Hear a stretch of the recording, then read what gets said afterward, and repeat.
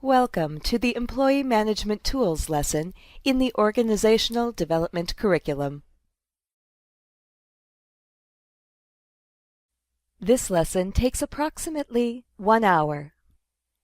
As you go through this lesson, you should be prepared with a pen or pencil and a notebook or pad of paper that you can use to write down your thoughts or for any journal activities during the lesson. You may also be invited to access additional resources on the PATH portal or to take part in discussion forums with members of the organizational development courses and groups on the portal. There you can share experiences, questions, and advice with other partners from around the world. Remember, at any time you can click the table of contents links to the left of this screen to jump ahead or go back to other screens in this lesson. Also, be sure to click the Complete button on the Resources screen at the end of this lesson to ensure that you receive full credit. Now, let's get started. Your organization has an important mission in your community, and you work very hard to make a difference in the lives of your clients. The mission is the driving force behind your work, and your people, your leaders, colleagues, and employees, are the key to its success. Therefore, your organization's mission and goals should drive all of your human resource, or HR, decisions. These decisions include who you hire, how you staff your center, how you manage or supervise staff, what policies you adopt, what tools you use to manage, and how you develop those tools.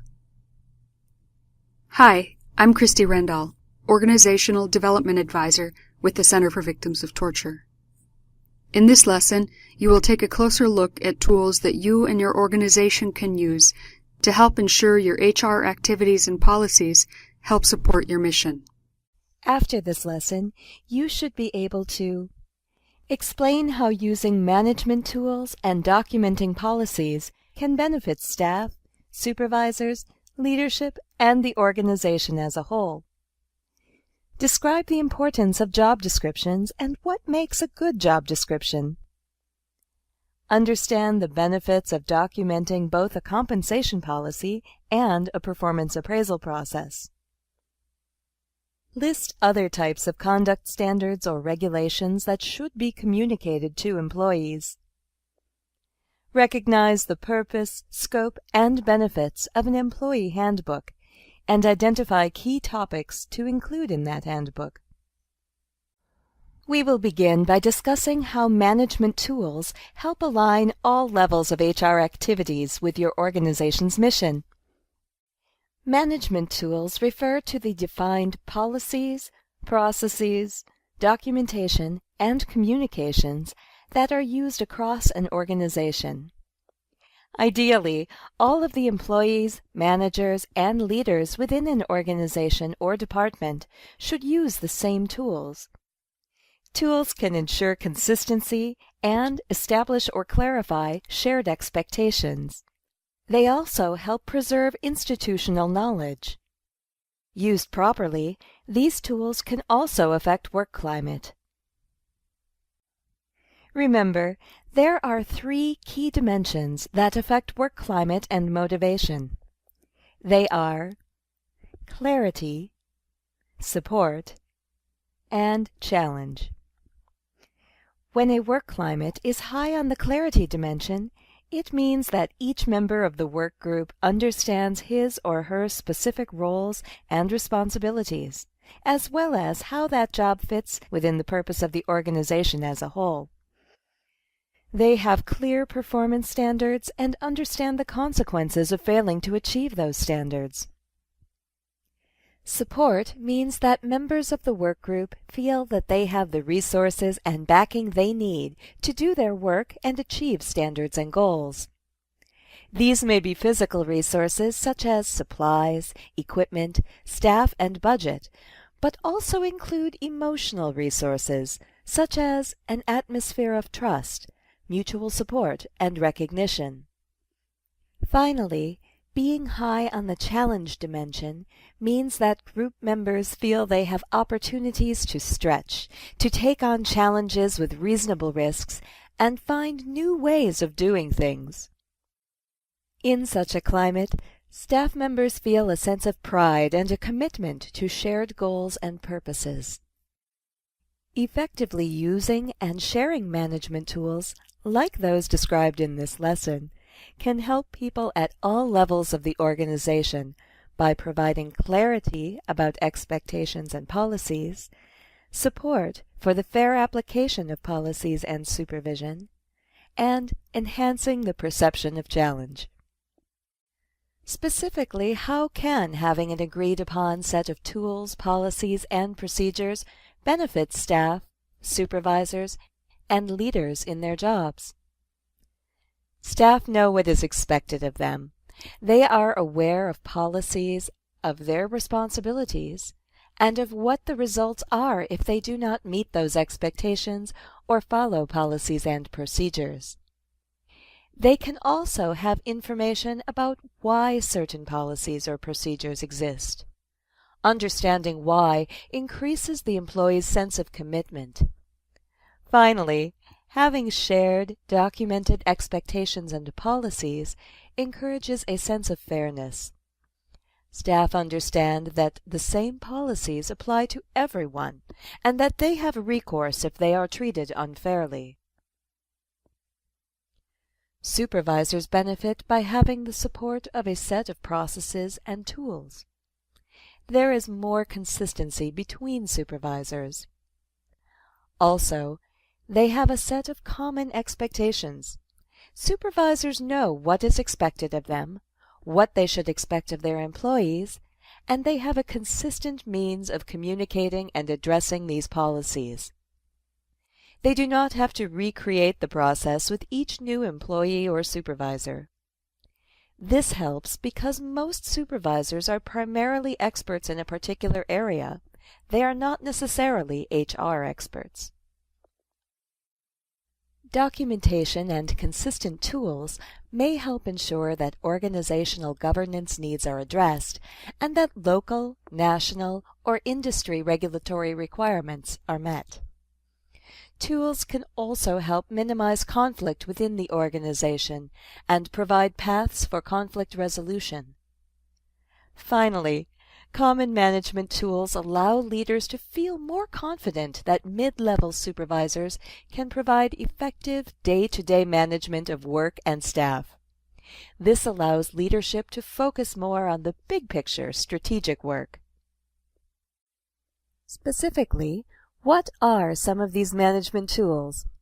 If you have previously taken the supervision and management lesson, this list may look familiar.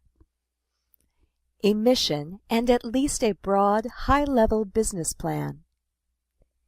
Clear, written job descriptions. A defined salary policy.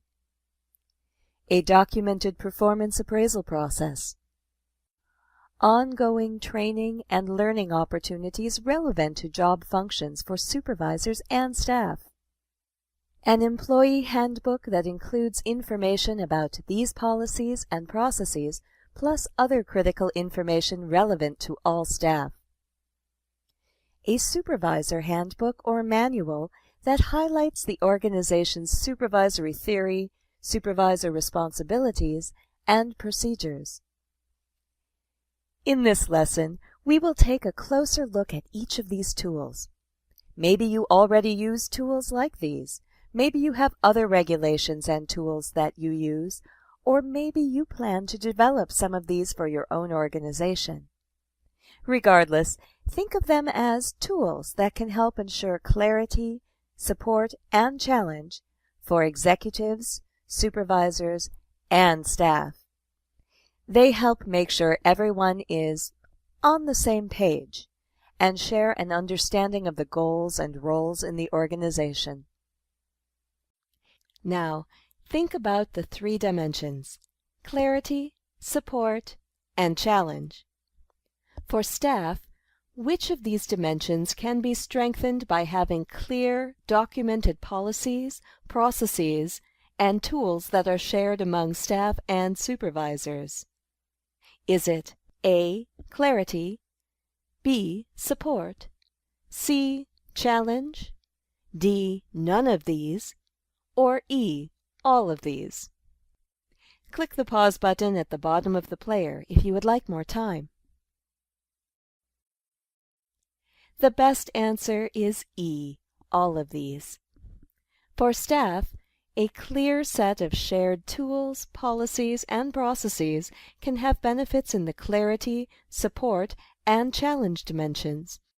In terms of clarity, staff understand what is expected of them, why certain policies and procedures exist, and what the consequences may be for themselves or for others if they do not meet those expectations or follow procedures. On the support dimension, a shared set of consistent rules encourages a sense of fairness and trust. Finally, on the challenge dimension, explanations for why certain policies exist, and a policy of support for ongoing training and learning can help build staff members' sense of pride and commitment to the organization. It can also help them feel they will have opportunities to stretch and grow in their jobs. To begin, there are certain policies and process areas that are important to people across all roles in the organization. Having defined, clearly documented, consistent policies and processes in these areas can be key. Remember, employees want to know what is expected of them in their work, whether or how their work matters to the organization, that they are being treated fairly, and how well they are doing their jobs. Policies that help to answer these questions, plus clear documentation of those policies and processes, help ensure that leaders, supervisors, and staff share the same understanding. Chances are you already have some formal or informal policies in these areas. In this section, we will discuss some key items every organization should consider, including job descriptions, a written compensation and benefits policy, and a documented performance appraisal process. Job descriptions are very important tools for recruiting, hiring, and managing staff. Clear, well-written job descriptions help ensure that each employee understands his or her role and what is expected in the job. You should have a clear job description for each position or type of position in your organization. Well-written job descriptions are important because they help attract the right candidates when hiring. Describe major attributes of the position, which ensures clarity among leaders, supervisors, and staff about how the job fits in the organization.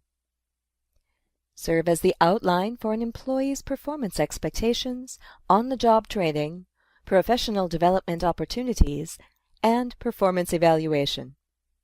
And finally, provide a reference point for compensation. A good job description should have certain qualities. It should be practical. A job description should be realistic, up-to-date, and reflect the essential duties and reality of the position. It should be clearly written. A job description should be concise and focused, yet describe where, when, why, or how key job functions occur. A job description should be accurate, describing what is needed for the position.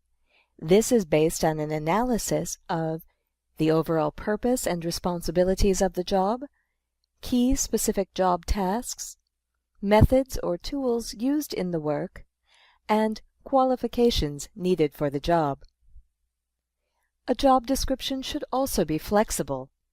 This means it should allow and encourage the employee to grow in the role and contribute to the organization over time. Finally, job descriptions should be evaluated from time to time to ensure they still accurately reflect the actual work, the needs of the organization, and the position's role with respect to the organizational mission. A job description should include the job title, an objective or purpose statement for the job, a summary of the category, level, and type of job this is within the organization, a description of the broad function and scope of the position, a list of the critical duties and tasks that make up the job, key job responsibilities in terms of functions or relationships, such as interactions with internal teams or clients, listed in order of importance. The job description should also identify reporting relationships relevant to the position. To what person or position does this job report? Who, if anyone, reports to the person in this job? Finally, for job descriptions used in the hiring process, you may want to consider qualifications, standards, or other job requirements such as certifications, degrees, or licenses, the location where the work is to be done and other relevant logistics such as what percentage of the job is expected to be travel, equipment, software, or other specialized skills used in the job, and an expected salary range. For more information on writing effective job descriptions, see the resources screen at the end of this lesson. Job descriptions play a role in hiring and administration, but as we will discuss in a few minutes, the job description also translates into an employee's work plan and measurable results goals. So, what does a good, clear, and complete job description look like? Let us take a look at two job descriptions for the same fictional job.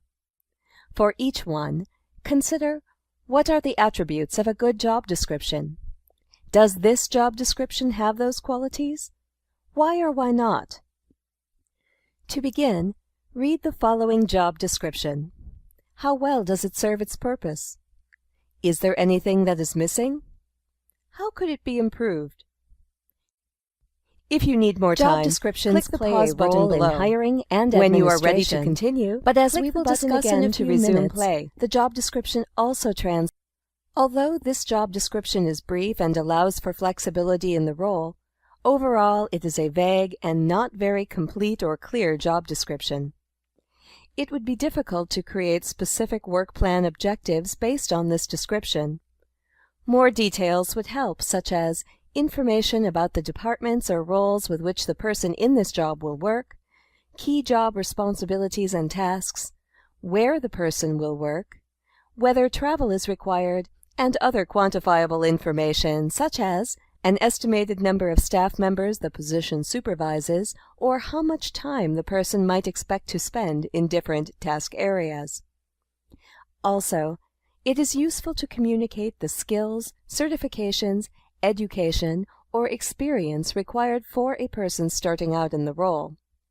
This will help reflect expectations about the skills the employee should cultivate and the level of the position. Now, let's take a look at a more complete job description. Immediately, you can see that this job description includes some key information missing from the first version. Under the job title, it lists the location where the job is based, plus information about the category or department and level of the position. It also lists the type of position. This is a job in the clinical services program, it is a professional level job, and it involves supervising people. Also, the job description establishes the reporting relationship. The person in this job reports to the organization's Director of Clinical Services. This job description begins with a purpose and function statement that briefly describes the overall objective of the job and the broad scope and function of the position. It outlines the 4 key areas of responsibility: oversight of a multidisciplinary clinical services program, staff supervision, clinic management, and reporting. Unlike the previous job description, this one also addresses the amount and nature of travel involved, and in the case of a job description for a new hire, how soon the organization would like the individual to begin work. Then, There are more details about the 4 key areas of responsibility and tasks associated with each. In this case, the job description includes estimated expected percentages of how much of the job is focused in each of these areas of responsibility. For example, approximately 40% of the work for this particular job is in the area of clinical services management. About 25% is in the area of staff supervision, training, and support, and so on. This level of detail can help communicate expectations. Also, in this version of the job description, there are some details about tasks that the individual will be expected to complete. For example, this manager will be responsible for establishing a consistent, integrated care planning process at 3 work sites. The team the manager supervises includes about 7 people, and this person will have responsibility to oversee and ensure completeness, integrity, and security of client records in 3 clinics. Details like these help define the scope of the job and will help inform more specific expectations and goals for an individual's work plan. Finally, this job description also includes information about the level of education, experience, and specific skills required for the job, plus other preferred or desirable qualifications. Another important policy is a compensation policy. Compensation generally means the total package of pay, that is, salary or wage, plus any other benefits.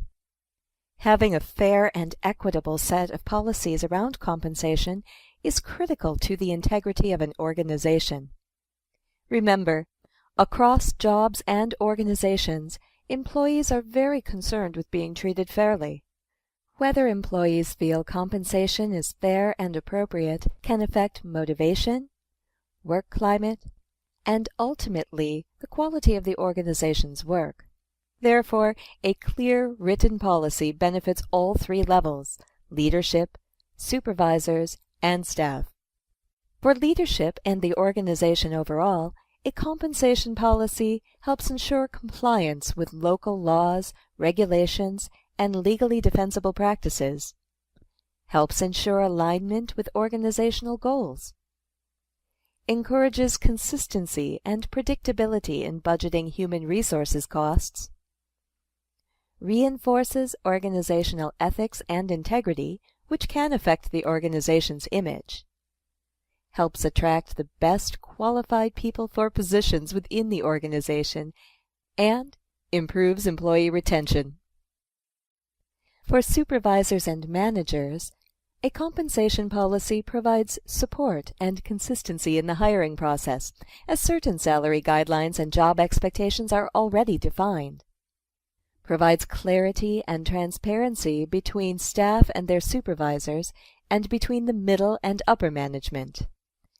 And encourages a positive supervisor-staff relationship in which both sides understand the expectations and staff are motivated to grow in their jobs.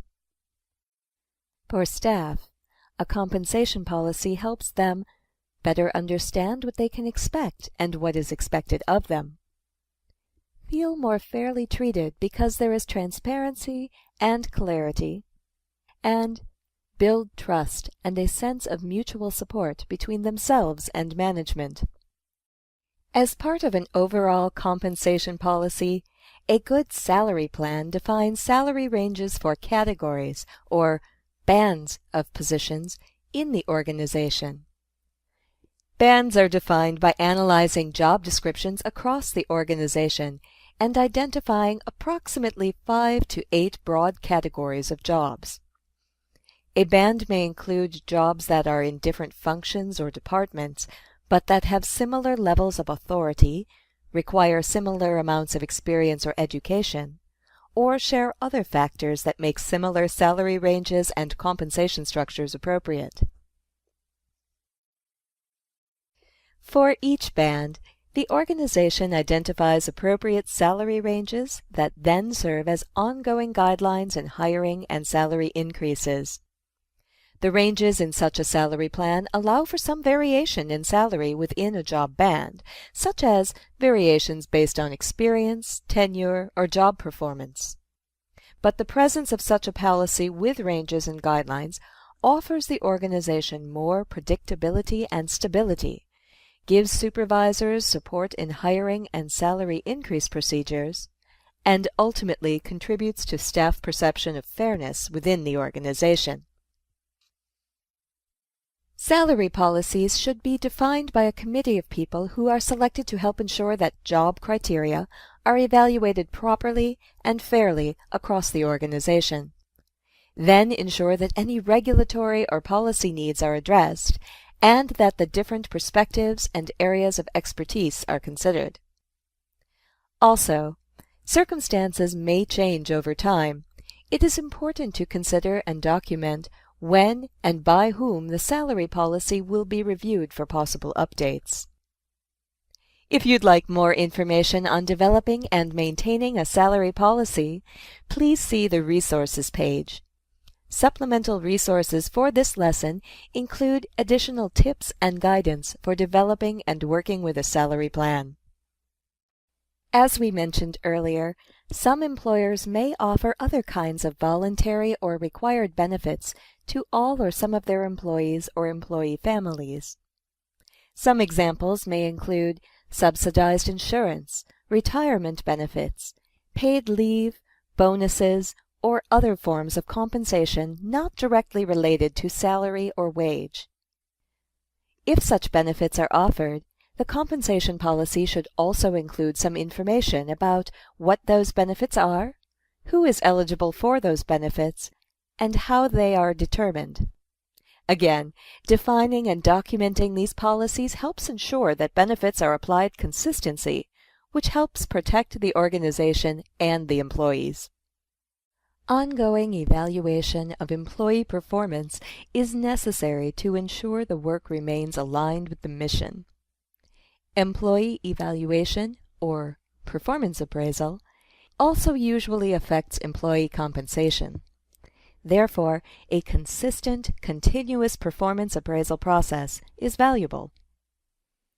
The performance appraisal process should be a collaborative process between the supervisor and the staff member, closely tied to the staff member's job description and work plan, which are aligned with the organization or department's purpose and mission, not just a one-time event, but an ongoing cycle of aligning goals and expectations, feedback, evaluation, and planning.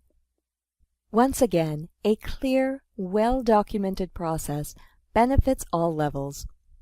For organizational leaders, it can help protect the organization.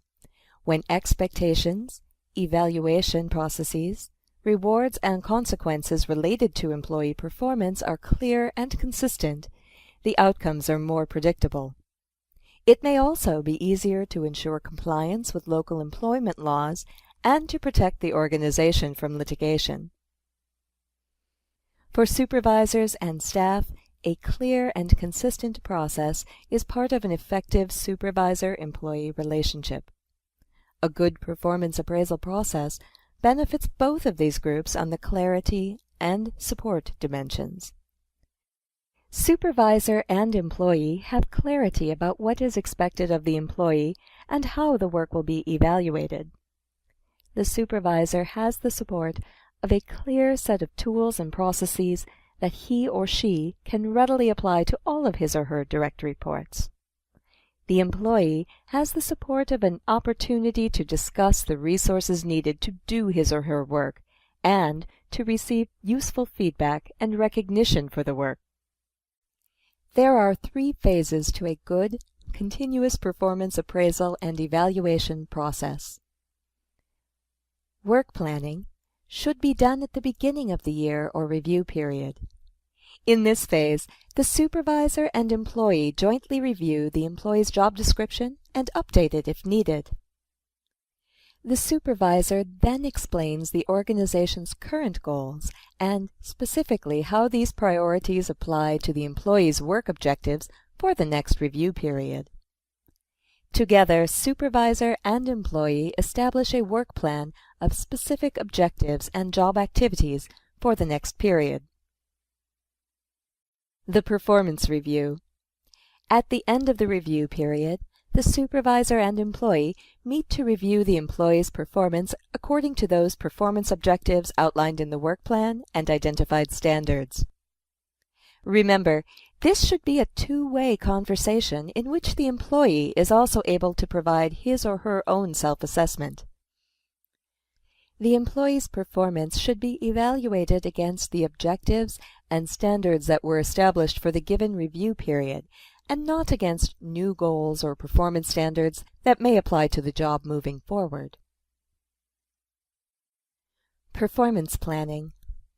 In this phase, the supervisor and employee discuss and agree on performance standards and goals for the next period. They discuss what training, ongoing learning, and resources are needed to fulfill those goals, and plan for how those things will be addressed. Completing the cycle, performance planning helps the staff member and supervisor create a specific work plan for the next review period. Remember, regular, ongoing meetings between staff and their supervisors help to build the relationship between supervisors and staff.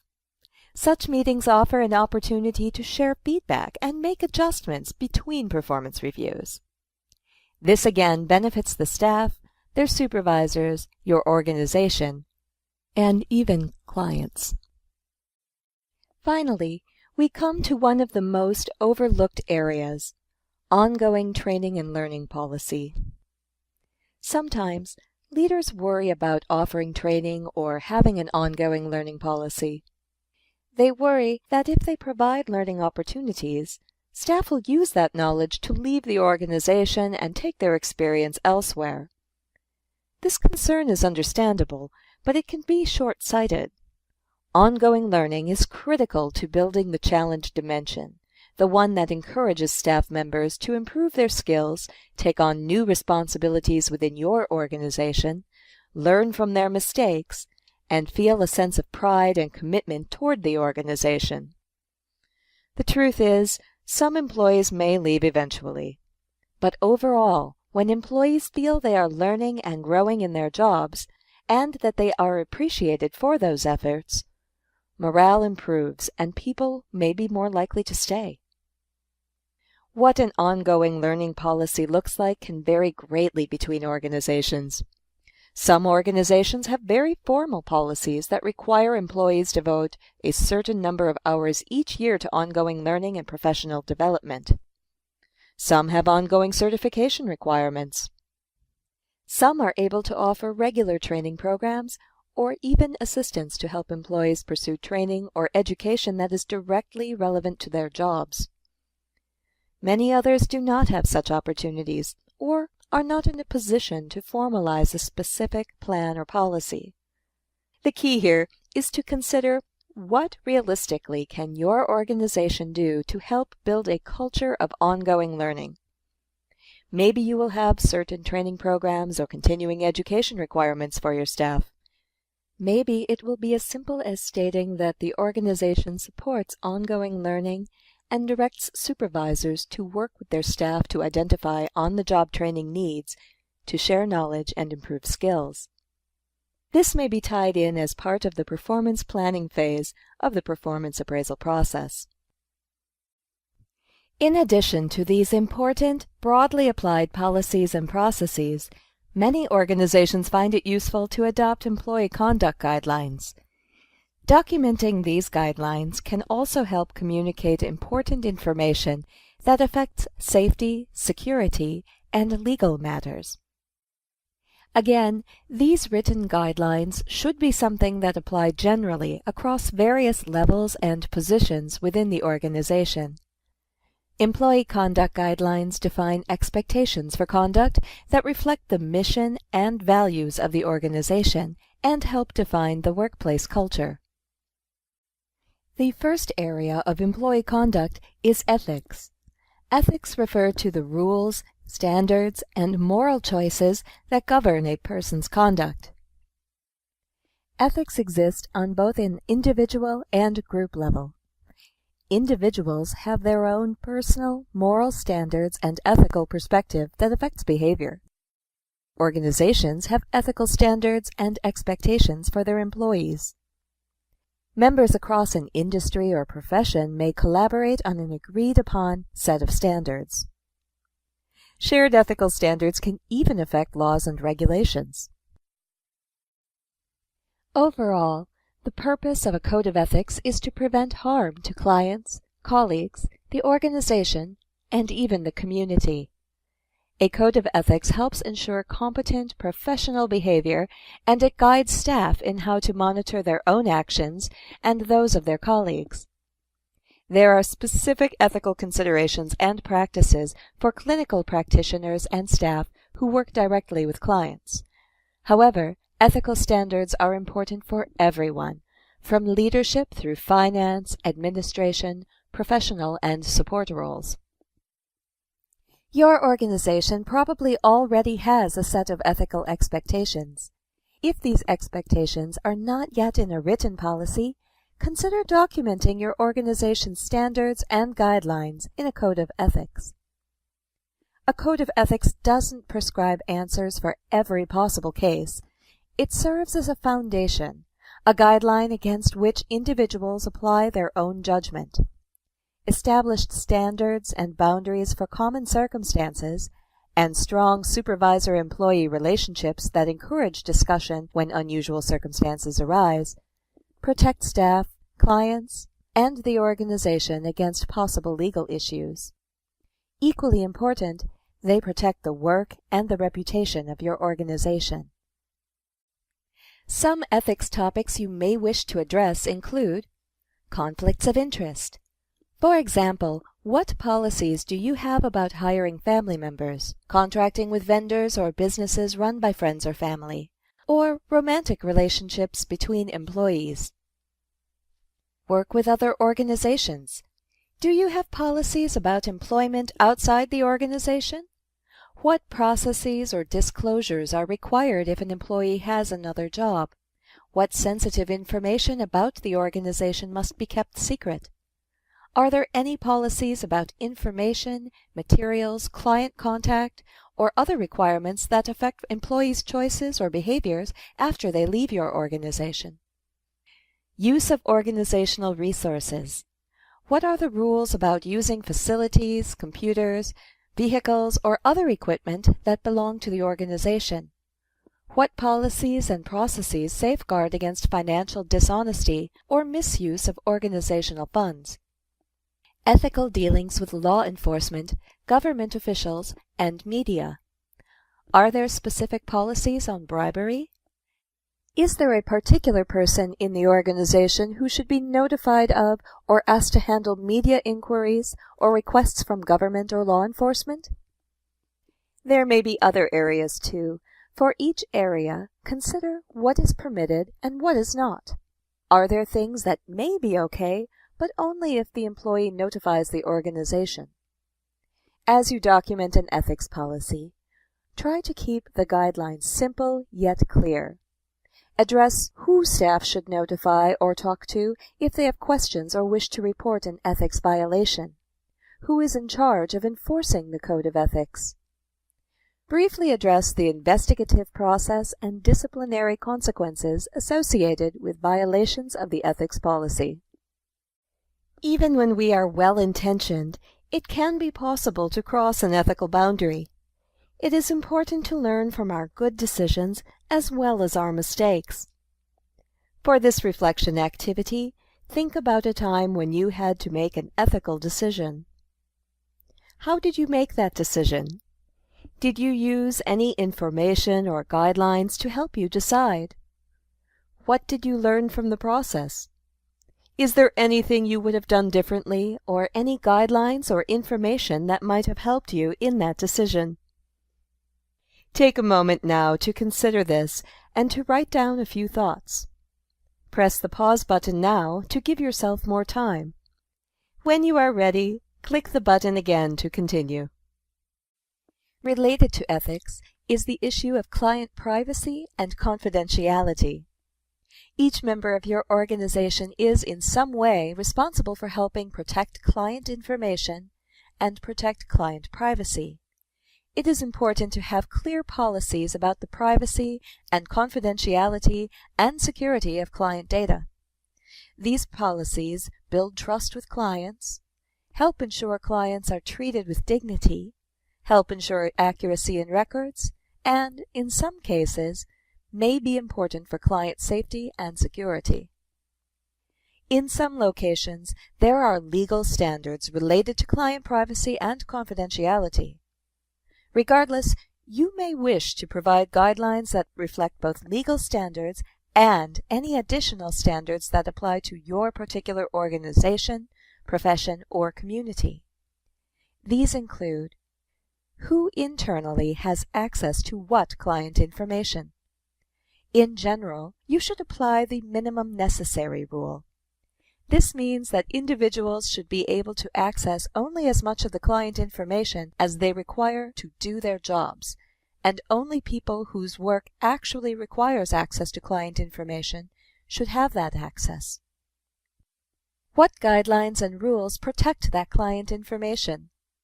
This may include practical, physical steps as well as technology tools that staff must use to protect client data. We will talk more about data security in a moment.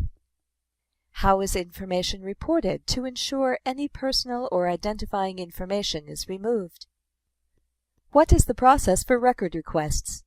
Have a process for how requests are handled when a client requests their own records, and for how records are securely shared for the legitimate coordination of patient care.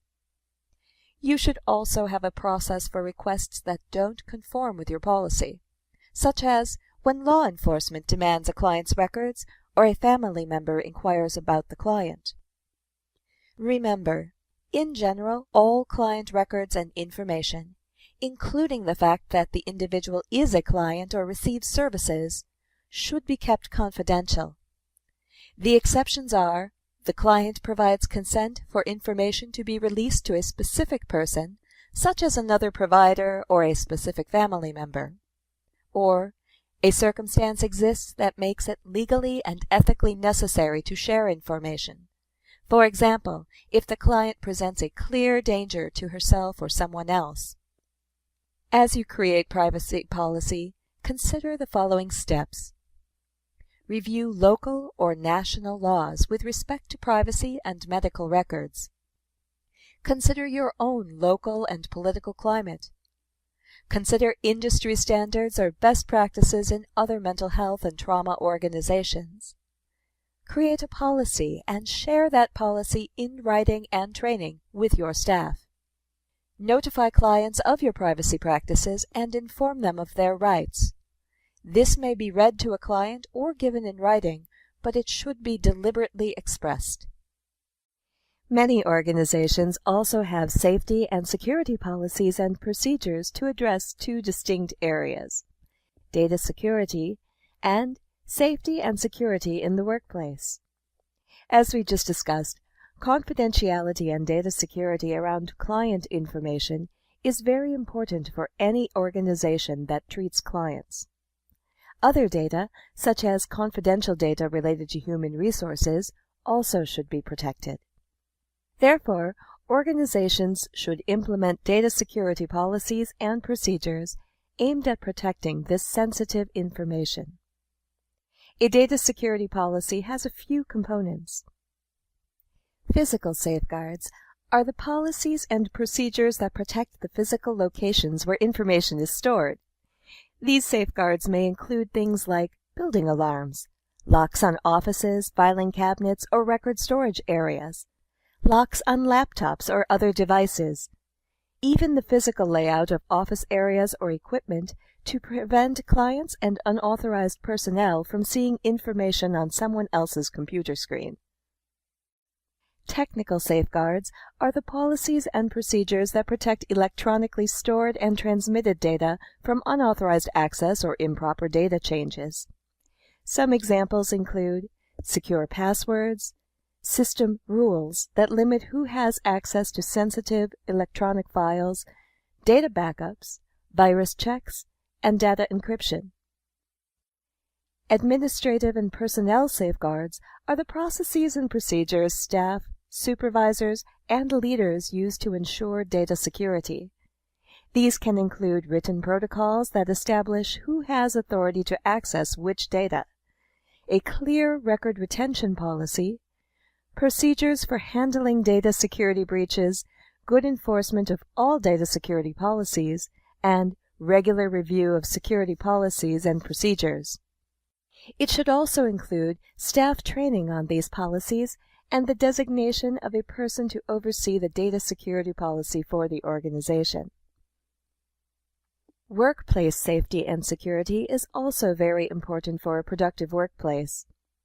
Generally, an organization should establish one person as the safety officer. This safety officer often is not a separate person, but someone in the organization whose role can include the responsibilities of overseeing safety and security policies. Be sure employees know the identity of the safety officer and that they understand they should contact this person with questions or to report safety issues. The safety officer should also take an active role in communicating safety and security procedures and working with managers or leaders to verify policies. Workplace safety and security procedures may include those related to site security, policies around locks, who has building access, or matters related to security personnel. Travel security, procedures employees are to follow when traveling to other sites on the organization's business. Inclement weather policies. Medical emergency policies. Policies around dealing with natural or human-made disasters, and community safety procedures. There are other important areas of internal conduct that may not fit neatly into the preceding categories. These areas can also affect matters of ethics, professionalism, and safe working environment. Therefore, you may want to publish an anti-discrimination policy that may include policies about discrimination based on gender, age, ethnicity, orientation, HIV status, or other qualities. An anti-harassment and sexual misconduct policy to protect colleagues and clients. A whistleblower policy and process to help protect staff who report inappropriate activities or violations. Travel expense policies and reporting processes. Dress codes, policies related to drug or alcohol use, and policies related to other legal obligations or governance and oversight issues. Once you have examined your organizational mission and values, and have identified and documented key policies, procedures, and conduct guidelines, it can be useful to consolidate key information into handbooks or manuals. 3 types of documents to consider are operation and process manuals, employee handbooks, and supervisor handbooks. Operations and process manuals provide important on-the-job information for specific departments, roles, or processes. They are detailed and specific to the audience. An employee handbook is a more overarching document that includes information, policies, and processes that are relevant to all staff. A supervisor handbook addresses the specific philosophy, procedures, and responsibilities pertinent to supervisors throughout the organization. These handbooks and manuals may be physical documents or electronic files. In this section, we will discuss the employee handbook in more detail. An employee handbook that is shared with and applies to all employees is a great employee management tool. This handbook is a brief summary of the terms and conditions under which all members of the organization work. It is an important tool to communicate the overall values, policies, and expectations you have for each of the organization's employees, communicate the rights and expectations that employees should have with respect to the organization and management, and help hold both employees and leadership accountable to those values, policies, and expectations. The Employee Handbook is not intended to address every policy, procedure, or operational process. It should be a quick reference. Some policies and information may be covered in detail in the handbook. Other policies and procedures may be referenced, instructing the reader where to go for additional information. The handbook also addresses your organization's legal obligations as an employer, employees' legal rights, and other policies or responsibilities that apply across all employees of the organization. Typically, the Employee Handbook is developed with input from leadership, human resources, department representatives, and legal advisors as necessary. As the handbook is developed, be clear who is responsible to periodically review and update the handbook. How often should it be reviewed for updates? Also, how will employees access the handbook, and how frequently are they required to read it? For accountability, do you require employees to sign a document to confirm that they have read and understand the handbook? A major goal of the Employee Handbook is to help communicate the organization's values and the unifying purpose and goals behind all of the work. These values should be reflected throughout the policies in the manual, but a written introduction in the manual is an opportunity to share those goals and values and to set the tone. This helps staff understand the purpose, mission, and primary activities of your organization and to align their expectations and work accordingly. Use the introduction to share the organization mission statement, provide a brief history of the organization and the values that guide it, share a broad, high-level business plan that describes the primary functions of the organization and indicates how the mission is accomplished, and guide employees about where they can get additional information on those topics. The Employee Handbook should also give a clear overview of the organization's business and general employment rules and guidelines. This includes several overall personnel policies such as employment eligibility and job postings, job classifications or job descriptions. This does not mean all detailed job descriptions should be in the handbook. Instead, you may give some broad information and then inform employees of where they can find job descriptions, organization charts, and descriptions of job categories or bands. Probationary period at the start of employment, if applicable. Expenses and expense reporting. Employee record policies. Disciplinary procedures. Termination and resignation. And any other pertinent issues related to employment or labor laws, such as those related to background checks, immigration, or unions. The handbook also includes policies around when and how employees work and take time away from work, such as hours of operation and employee scheduled hours, how employee time is tracked, observed holidays, absences, sick leave, and paid time off, and other types of leave such as parental leave, study leave, compassionate leave, or extended leave. In addition to the general employment conditions and policies, the handbook should address staff training and development. This includes a brief overview of orientation processes and new hire training, and the organization's ongoing training and development policy. An employee handbook is also an excellent place to consolidate and present policies and procedures that apply to all employee conduct. Again, this may include your organization's ethics policies and guidelines, disclosure requirements, anti-discrimination policy information, anti-harassment policies, whistleblower policies, data security, safety and security in the workplace, dress code, expense reporting and reimbursement, and any other conduct policies. Again, for the employee handbook, focus on those guidelines that apply broadly across different roles. Some departments and roles may have additional guidelines or policies relevant to their work.